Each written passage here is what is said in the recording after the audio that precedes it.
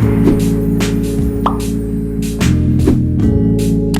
guys, and welcome back to my channel. I know it has been a while. I think that this may be the longest I've gone without posting a video. Maybe not, but I know it's been some months. My last video was when I was 21 weeks pregnant and I did the anatomy scan, and I planned to make more videos throughout my pregnancy. Life just didn't happen that way. I feel like things are going by really slow yet fast at the same time. Like, I feel as though my pregnancy is going by slow, but time in general, and like the days and the weeks and the months, are going by fast, if that makes any sense. I am 35 weeks pregnant, 35 weeks and 3 days. So we're getting close. Like, we are getting close, but I still feel like it's just not close enough. Like, I'm just ready to meet her. I'm ready to have her out and like in my arms. I am enjoying this pregnancy, and I'm really trying to enjoy these last weeks and just soak it in. But I'm tired. Your girl's tired. I know that previously with my first pregnancy, I did way shorter intervals of my pregnancy update, and although I do not plan to do that this pregnancy, as far as like every 4 weeks, I still wanted to at least do like every, I don't know, like 6 to 8, but it just didn't happen that way. So 14 weeks later, I want to give an update of how my pregnancy has been going. I do plan to do like, you know, more updates as I'm rounding out the end, but we'll see. We'll see how that goes. People have been asking me how this pregnancy has been in comparison to my pregnancy with my son. So I do have a son, and he'll be 19 months in a couple of days. That pregnancy was like very easy, I guess you would say. Like, I didn't have any morning sickness. You can go back and watch all those videos, but it was pretty, like, it just flowed. This pregnancy has actually pretty much been the same. There have been a little differences.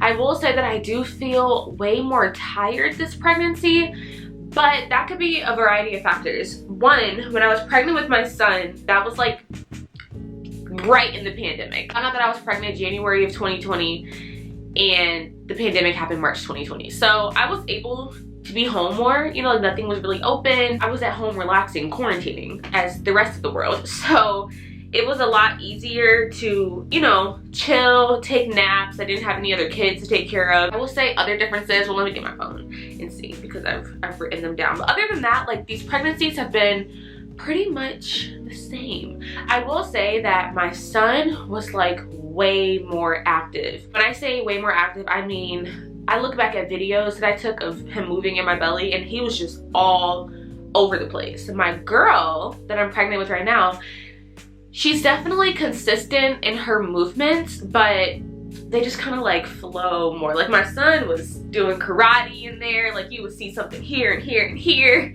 but my baby girl is just more like, you know, she just kind of like goes with the flow. So that is one thing that I notice a lot. Like I said, I do feel her all the time. Like, as I'm getting farther along, I can tell when she's sleeping, because, you know, it'll be like longer periods of time, as they say, but when she is awake and she's moving and all that, it's consistent. I feel it. It's strong. It's getting stronger. It's just not as crazy and all over the place like my son. And I'm really curious to know if that's going to play a part in her temperament, because my son is wild and all over the place as boys are, toddler boys are. But I wonder if she'll be more chill. Fingers crossed. My last update was at 21 weeks. I don't even know what was happening at 21 weeks. But I will say that with my son, I did experience restless leg syndrome. Definitely experienced and experiencing that this pregnancy. I did notice that towards the end of my pregnancy with my son, I was prescribed iron pills, and when I was taking those, I was noticing that the restless leg syndrome went away. And then also my doctor prescribed me iron pills this time around for low iron due to pregnancy. I have not really been taking them. I probably should. It was interesting because I wasn't taking the pills, and then when I got my blood redrawn, they were like, oh, your iron's gone up. The pills have been working. And I'm like, haven't even been taking them. It's not as bad as it was before. Like, now it's just certain times, mostly at night. Before, like when I would lay down, like I could not keep my legs still. Like it was just that creepy crawly, like need to move it, need to shake it type of feeling. So annoying. I don't like it, but like I said, I haven't noticed it as much. So that's something that I dealt with both times. Definitely feeling her have the hiccups a lot more, way more tired, pressure on back, out of breath, all those things. I think that just comes being pregnant, especially in the 3rd trimester in general. As you can see probably throughout this video, I'm out of breath. I have been getting prenatal massages. I've gotten 2 thus far. One at 33 weeks, and I just got one this week at 35 weeks, and I rescheduled for 37 weeks because my lower back and my hips and all that just needs some work, and she's amazing. So I did go to the chiropractor once, and I feel like I should go back, but I don't know, the massages just help a lot more, and the chiropractor kind of freaks me out being pregnant, even though I know they say it helps so much, but just all that clicking and clacking, like my ligaments are loose, what if some clacks out of place, like I don't know. So I may just resume that after I have her. Using the bathroom, especially at night, I fall asleep around 10 o'clock.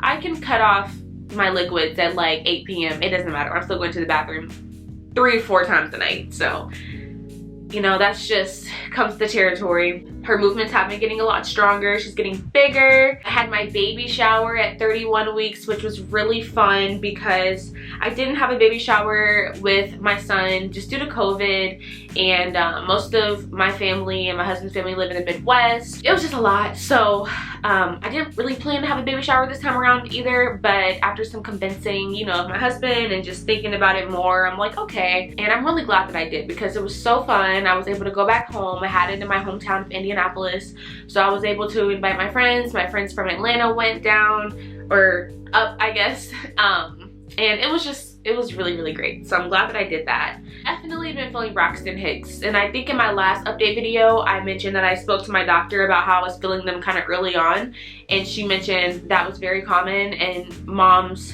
after their first pregnancies. But as I'm getting closer to giving birth, like just the belly tightening, I get Braxton Hicks all the time. I do stay hydrated, so I think it's just my body just preparing for labor. They don't hurt.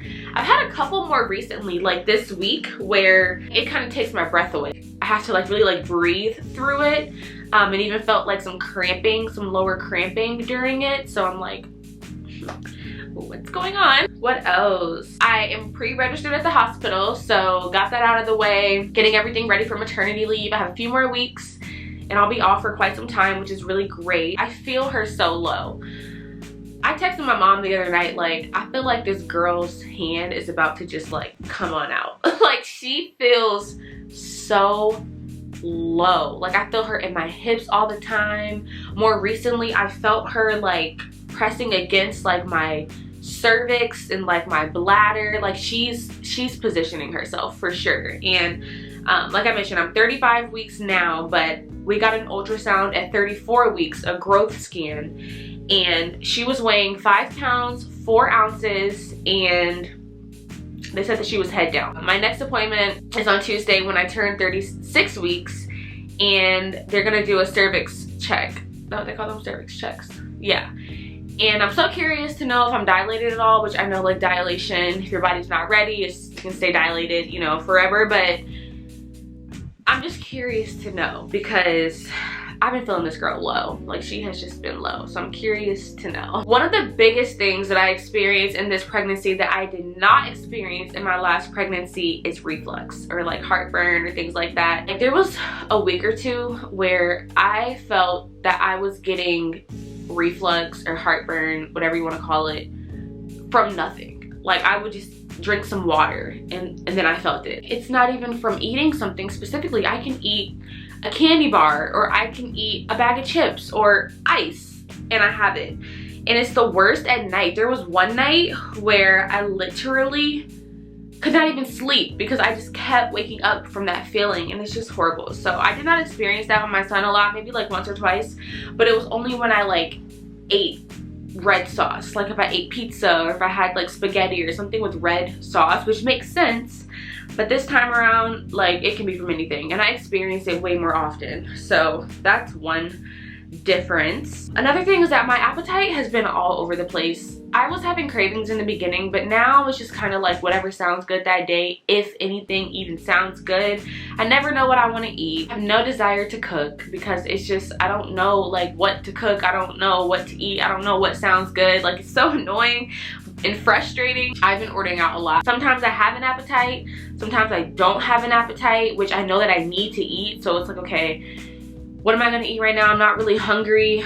Or it's like I am hungry, but I don't really feel like eating, or nothing tastes good, which is really strange. I will say that as of lately, like this week being 35 weeks, I do notice that my appetite is picking up more. Like, I'm definitely hungrier.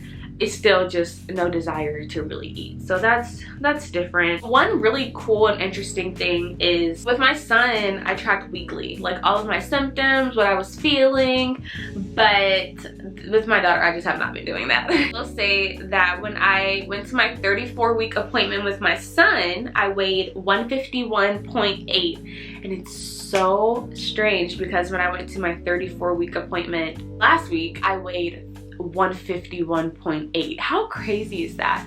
And I started off with my son, I think I weighed like 133 or 135 pounds.